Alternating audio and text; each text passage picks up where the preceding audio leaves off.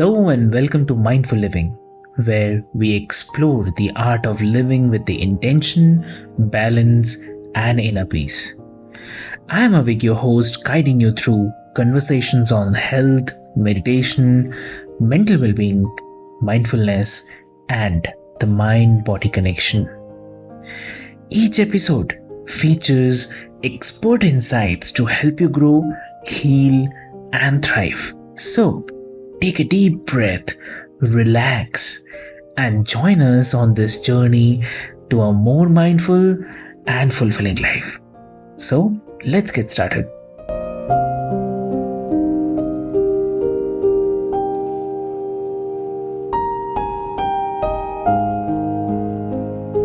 Hello and welcome, listeners, to the Mindful Living podcast, where we explore mindfulness, personal growth, and the transformative tools that help us live more fulfilling lives.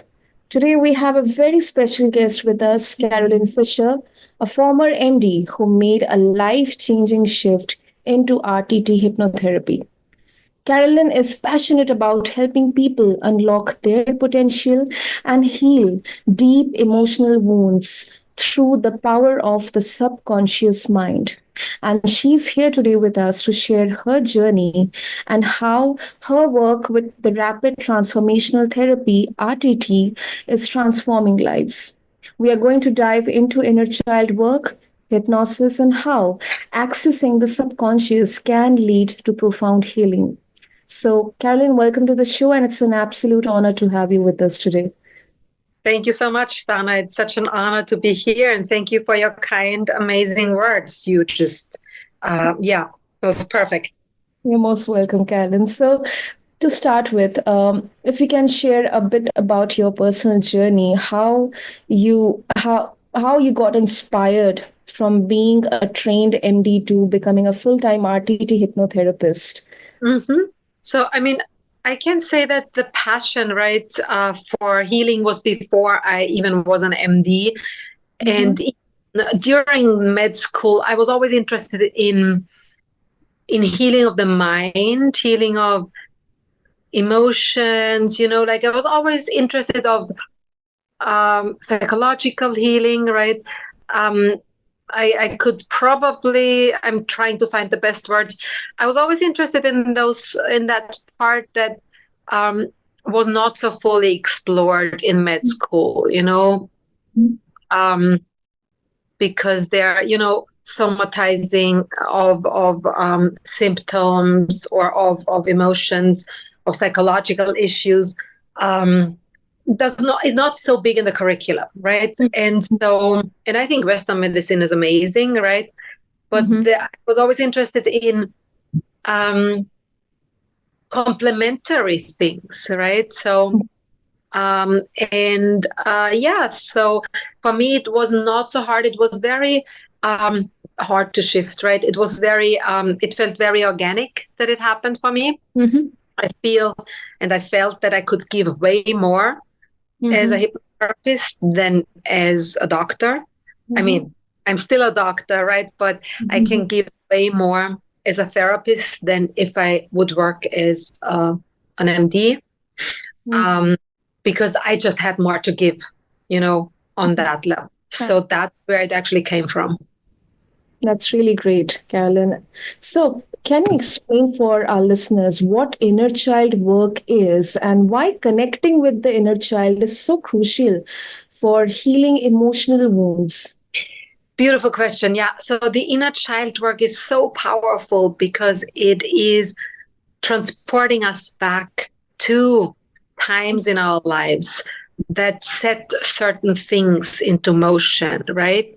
And actually, it's not even going back in our life. It's actually going deep into our body, right? Because all inner selves, right? My 1-year-old me, my 1-year-old you, my 1-year-old me, my 2-year-old me, and so on, is still in me, right?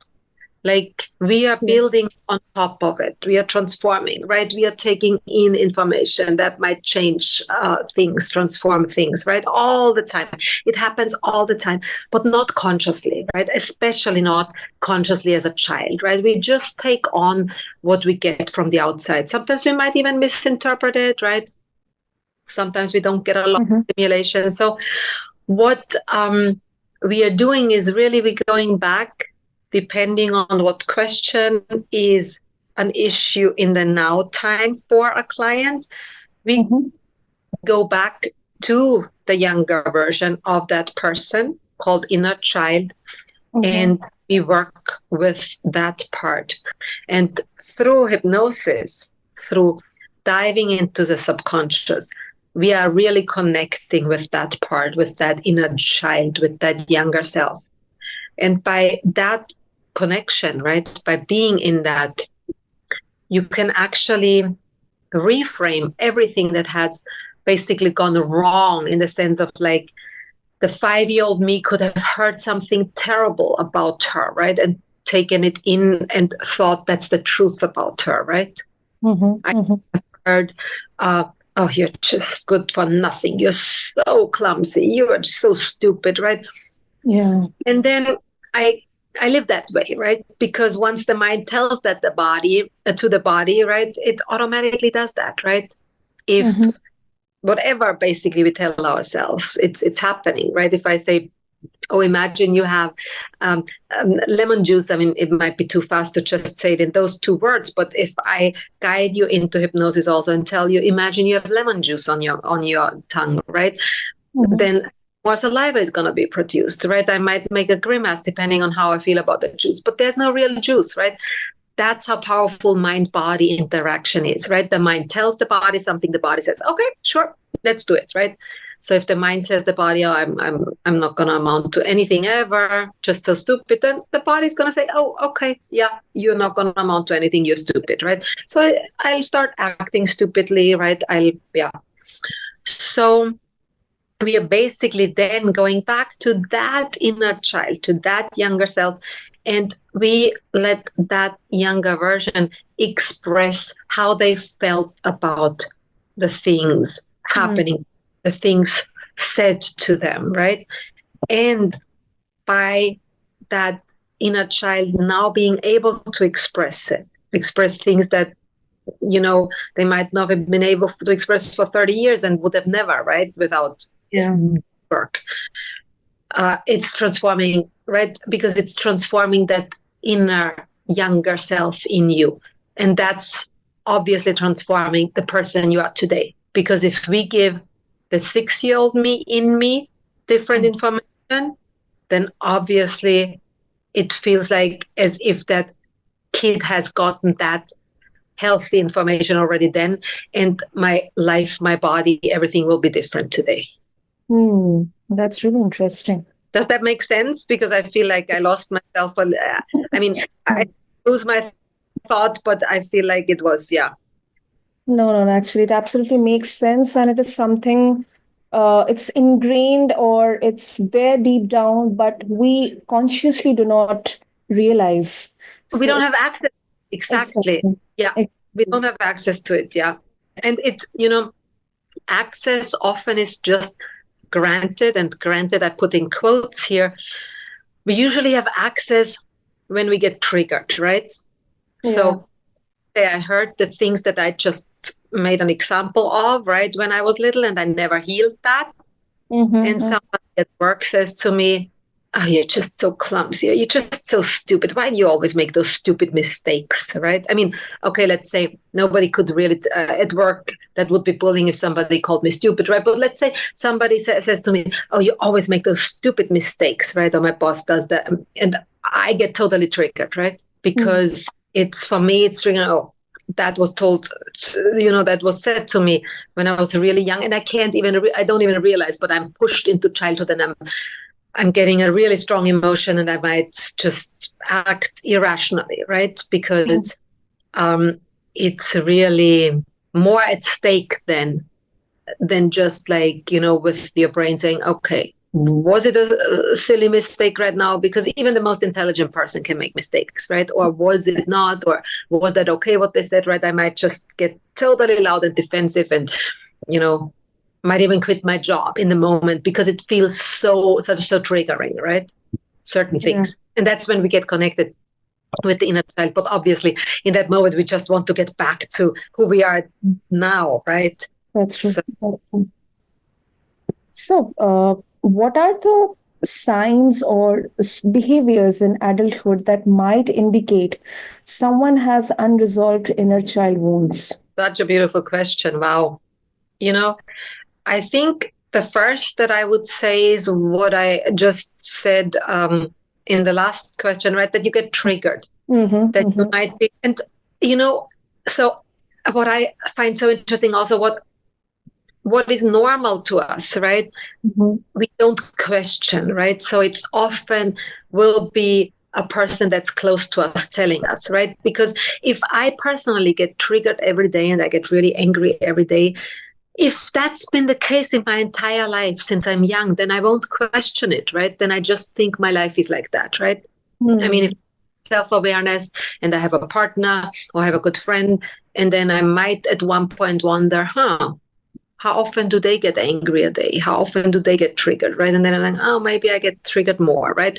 So that would be one indication, right? That you really see you get triggered so often and it really does a lot to you, right? And here we also need to differentiate, right? Some people might get triggered and might be so good at just keeping it pressed and suppressed in, right? And might not even show outside, but they still get so triggered that they it takes all their energy to just suppress that, right? And that's a waste of energy, right? And others might really start being really loud and aggressive or really or dramatic, right? Or like really act that out in a more obvious way, right? And so that would be one for me, right? Because in general, our day to day, if we don't have any threat upon us, right? Because I hope it's not a lot of people, but I'm sure there are people, that are really in situations where they might not be safe, right, at the moment. But if we have that safety and, we have everything we need to survive around us plus safety, then our day shouldn't be like, oh, I need to be careful. Oh my God, I'm getting triggered again. And, it should be more smooth sailing, right? Be able to go about our days. But you said, but you said what else could be? Yeah, I think that would be my first indicator. I just wanted to finish that question that you had. And then, of course, yeah, in general, like that would be trigger. But in general, right, if somebody feels really strong feelings, either through triggers or just all day long, right? That's how depression also is or shows itself or even starts. Like you just feel a strong emotion all day long, right? You feel so angry all day or you feel so sad all day long, right? But there's nothing particularly super sad happening in your life right now, right? Or super angry. Then that would also be an indicator, for example, right? That there must be something coming from somewhere else. Got it.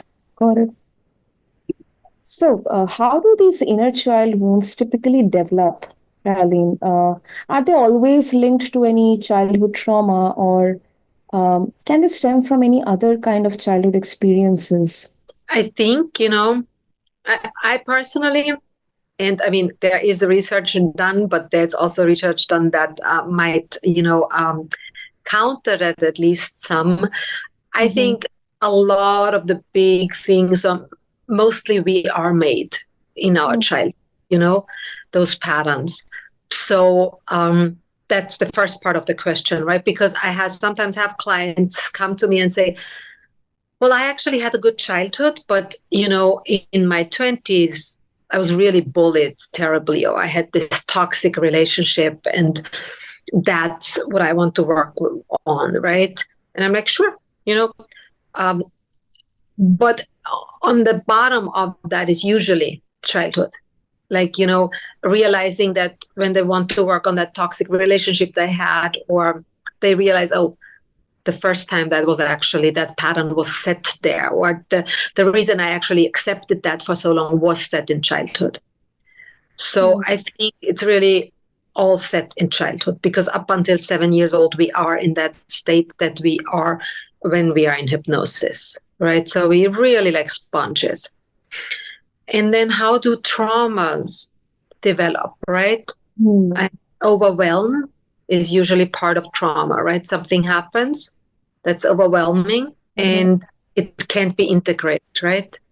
So there's also differentiations here now, right? I mean, somebody could see a really bad accident as a child, right? And their parents could afterwards sit them down and say, I'm really sorry what you just saw, right? Might have just been a car accident where they drove by, right? It was really terrible, right? And they let them ask any questions, right? And they talk to that kid about it as long as they need to, right?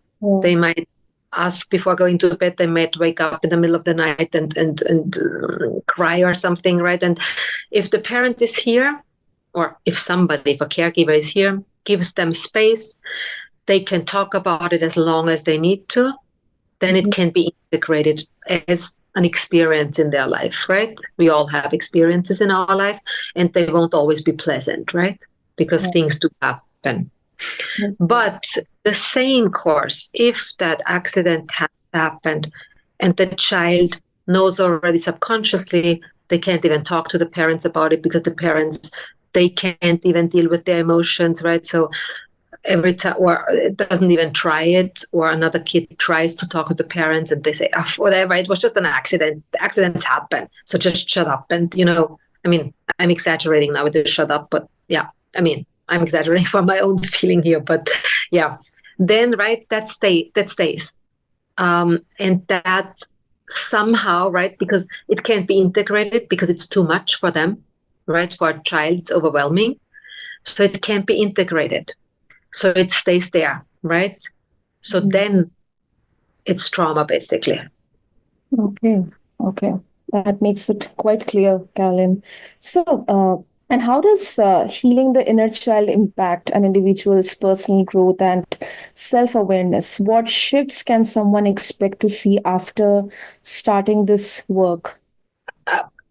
Really anything and everything, right? Like one thing I always hear, so that's really, and it's also very logical, is, oh, I feel so much lighter, because we stuff in the past, right? We work through things, we take all that overwhelming stuff, we work through it, and we integrate it, right? But we integrate the healed version of the inner child, and we integrate it broken down, right? Whatever was experienced there, and with the perspective of now. So there's always, oh, I feel so much lighter. And then really anything, what people would want to work on. I mean, there could be anxiety before, and then the anxiety is gone. There could be insomnia before, and insomnia is gone. And, eating disorders, addiction, it's all transformable through hypnosis, through hypnotherapy. So the transformations are really powerful and really forever. Like, it's transforming. It's not just that lasts a while and then you need to redo. No, it's really those patterns are transformed for good, right? So because we are reprogramming and we are healing on that level where it happened, right? We are not doing some superficial, but like the really deep work where it's transformed at the root. So nothing is impossible, really, right? So when I go back to the example I said before, right? If I heard as a child, oh, you're so clumsy, you're not going to amount to anything, you're so stupid, like, really? I mean, you don't even know this or that, right? And I take that in, right? I'll definitely, unless I had already healed or right, but then I'll probably be in an underpaid position. I'll definitely have not reached my potential. I'm probably in an abusive relationship, right? And I'm simplifying here, but you get my point, right? And so yeah, then if I do this inner child work, then afterwards, I'm going to be different, right? I'm going to be self-confident. I'm going to be reaching my potential. I'm not going to be happy with a job that won't challenge that, right? Or that won't give me that. Got it. So, how does RTT help uncover and transform these beliefs or these trauma, the wounds, and what are some of the common issues people come to you with? How does this entire process work? If you can share, a success story or an example to help with it. Yeah. I mean, there are really so many thousand success stories, but the last one I can think of, I had a rather young client that had social anxiety and they couldn't sleep. And we, because you ask especially specifically how RTT works, we go into the subconscious, right? It's the hypnotherapy, right? And we then connect with the reason where that came from, right? That insomnia, that social anxiety. And then we have scenes come up, right? That show where it came from. And then we go into these scenes, meaning we connect with the person that the client was at the time, right? Again, if we go back to when they were 5 years old, my client with their 5-year-old self and expresses what they really felt in that situation, right? Social anxiety, right? Insomnia, right? Could be many reasons, could be many scenes could come up, right? I mean, it could be from parents or caregivers, right?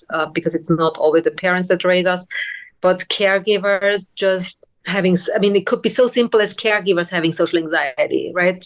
And not wanting to go and play and go to the playground because then they would need to talk to the parents, right? So they stay home. And then if the kid wants to go, since they might not be aware of their own social anxiety or they don't want to say it, they might just say, no, people, they might just hurt you or the kids are not good or they don't like you or whatever, right? Whatever reason they might give you, you take that in, right? And then you carry it, right? You say, oh, playgrounds are not safe. Crowds are not safe. Playing with other kids is not safe, right? And that's just running in you and you don't even know anymore. And then it becomes, well, adults are not safe, right? So then just finding this, right? And then letting the inner child say, I wish you would have taken me to the park more, at all. Like I would have wanted to play with other kids so badly. Like I'm so social. I want to talk, and I'm really angry or sad that you didn't do that, right? Then all those, whatever emotions come up, they can be expressed finally, right? Yeah. And then we can also be say, okay, now I realize it was actually your social anxiety, right? So I'm giving you that back, what I internalized from that, right? It's not mine. I'm giving it back. So, and then we give that back, right? And if that's not internalized anymore, that everyone it's unsafe, then that social anxiety can go. And then at the end of the session, you also get a recording where that is affirmed. It's 15 to 20 minutes. That's part of the therapy that you listen to it also for 21 consecutive days, at least once a day, and then on demand. That's really interesting. And Callan, hypnosis is often surrounded by misconceptions. What are some of the common myths about hypnotherapy that you encountered, and how do you address them with the clients? Sorry, can you repeat that? I was just a little distracted. No worries. So, hypnosis, it is often surrounded by misconceptions. Some common myths or misconception that you may encounter about hypnotherapy, and how do you clarify or address them with the clients? So it's so interesting. It is such a good question, and I get that often.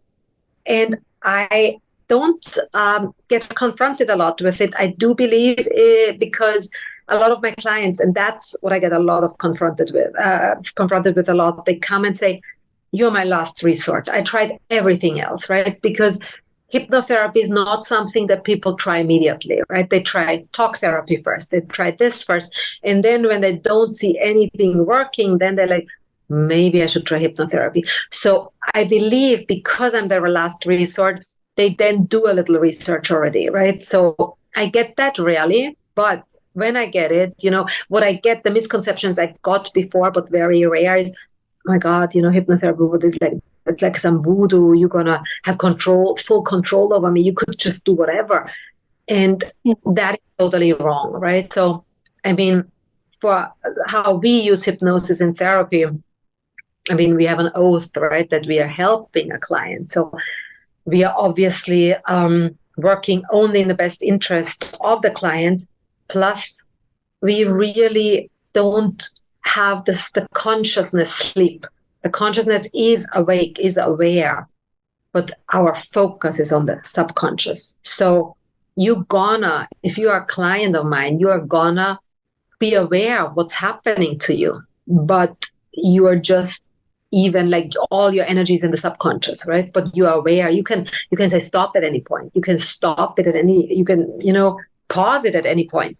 So you are in control, but the way we work is that we want to just have the consciousness in the back seat, right? Usually when we interact on a day-to-day basis, that needs to be in the front seat, right? But we have that in the back seat during the session. And so that's the only misconception I've got, like that, oh my God, voodoo, and what are you gonna do? You could just do anything.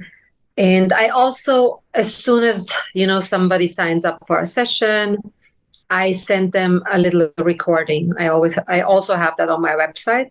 And they can listen to that. It's 8 minutes, and that's actually me doing the induction into hypnosis. And then they can also get used to what it actually is, right? So they can listen to it and see, oh, okay, it's not like voodoo. It's more like a meditation, right? It's not like, oh my God, she can do anything, right? It's just like, oh, okay, I'm just more in my body, right? Oh, that feels interesting. I'm just more relaxed, right?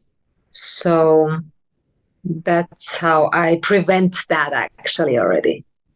That's interesting. So, you are incredibly passionate about the work you do, Karoline. We can see the conviction and the passion with which you are explaining the entire concept of inner child work and how hypnotherapy is one of the most effective process to heal those wounds. What keeps you so energized and motivated to help others on their healing journeys? Wow, that's a new one. I love it.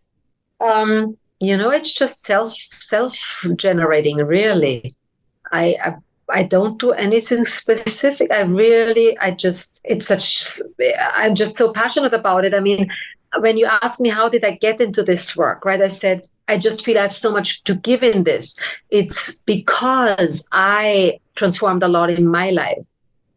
And I didn't say that before, but now when you ask this question, maybe it is because there's so much, so much gratitude that I have for the work in my own life that I just, want to help anyone that would consider everyone, right? Everyone, anyone that would consider hypnotherapy, because I just felt myself on my own body, right?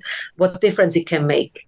And I'm really energized also by the results I'm seeing with my clients. So it's really very rewarding work that recharges actually by itself, yeah, by the reward it gives, by the transformations I see. Yeah. And I mean, yeah, I definitely also, I think I did learn that also, I take my breaks, right? I need to be mentally healthy to be able to help others. So I definitely look out for my health too. And also my mental health, right? Like my health. I'm definitely putting myself first, right? Because I can only give if my cup is full. Hmm. That's really awesome, Karen. Really, really, it's really encouraging to see your passion and energy for, first of all, spreading the awareness around this entire concept, and secondly, how you are changing the lives of people who are going through this or who may go through this. So it's really, really inspiring. So before we wrap up, looking ahead, what's next for you in your hypnotherapy practice, Caroline? And are there any new exciting projects or developments in RTT hypnotherapy that you are looking forward to and you would like to share with us? At this point, I'm looking forward to any client, every client, any and every, to really every client. And what my is really spreading the word. That's where I am in my life now. And also, what I'm interested in is so far I've worked in the US, different states, and in Austria, because I also speak German. Mm-hmm. I would like to just expand to different countries because I work via Zoom, so I can work anywhere in the world. Wow. I have always been interested, in the just in the interaction of culture, tradition, socializing in different countries. How does that affect us on those levels also, right? Or on any level, really. That's And because I think that humanity, we all have the same, right? Like a trauma is the same for all of us. true. But that's where my personal focus is. That's why I'm so excited also to speak to you. You are far from me physically. So yeah, that's where my focus is at the moment. Lovely. That's really lovely, Karen. And all the best to you for your amazing work.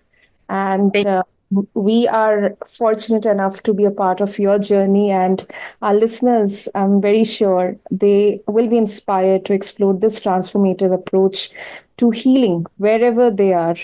So, thank you so much for sharing your passion and expertise with us on inner child work and hypnotherapy. And it's truly evident that your insights into inner child work and the power of RTT hypnotherapy, it's incredibly enlightening and really path breaking. Thank you.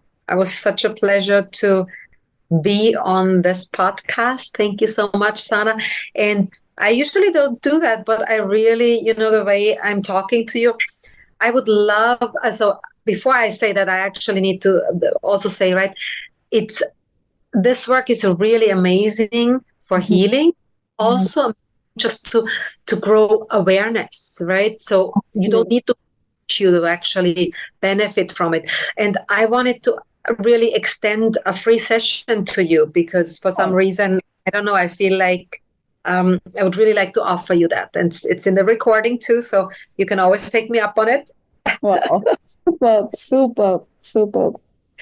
And definitely, I would love to go for that. And if our listeners also want to explore this amazing work and connect with you as well for awareness and guidance, Mhm. how they can do that. The best way is really my website. That's www.whyhypnotherapy.com. So Y written WHY Mm. therapy.com. We'll definitely mention the details in show notes. And thank you so much, Callan. And uh, for our listeners, if you want to explore, learn more about Callan's work, be sure to check out the show notes along with this episode on your favorite podcast platform. And take care, stay mindful, and be healthy and happy. This is your host, Sana, signing off.